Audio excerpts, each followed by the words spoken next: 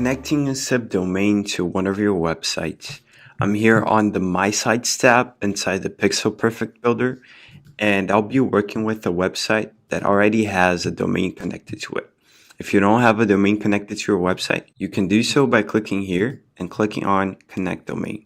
And I'll be using the domain casasdeorlando.com, as you can see here, and I'll be changing this website here, Blanco, for the subdomain that I want. So this is the domain I have, and this is the subdomain I'll be using. So in order for me to connect this, all I got to do is click here on Connect Domain, and then I can just name this as I want. So tutorial.casasdeorlando.com.